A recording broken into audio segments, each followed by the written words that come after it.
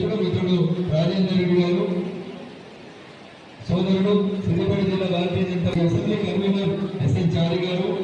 Medak parliament co convener మిత్రుడు సీతా సంతోష్ గారు, Kisan Morcha general secretary మిత్రుడు రాజు గారు, మాజీ